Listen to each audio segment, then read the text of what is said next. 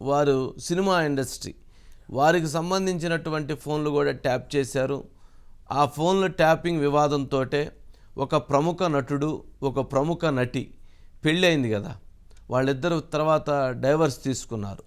అందరికీ తెలిసిందే, మీడియాలో వాళ్ళ వార్తలు పుంఖానాలుగా వచ్చినాయి.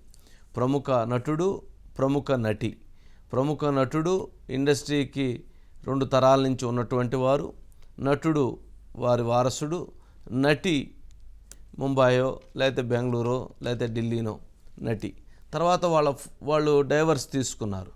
ఆ డైవర్స్ తీసుకోవటానికి కూడా ఈ ఫోన్ ట్యాపింగ్ వివాదమే కారణము. ఆ ఫోన్ ట్యాపింగ్ చేయటం ద్వారా అమ్మాయి ఆ నటి సమాచారాన్ని ఏదో మొత్తానికి డీల్ కుదరక దానిని ఎవరైతే వాళ్ళ ఇంట్లో వాళ్ళకి ఇవ్వటంతో అక్కడ వివాదం రేగి అది డైవర్స్ వరకు వెళ్ళింది అనేది ఇప్పుడు ఒక ప్రచారం జరుగుతుంది. కొన్నిట్లో వెబ్సైట్లో వాటిలో వస్తుంది. అది ఎంతవరకు నిజమో నాకు తెలియదు. అలా అయ్యుండకపోవచ్చేమో అనుకుంటున్నాను.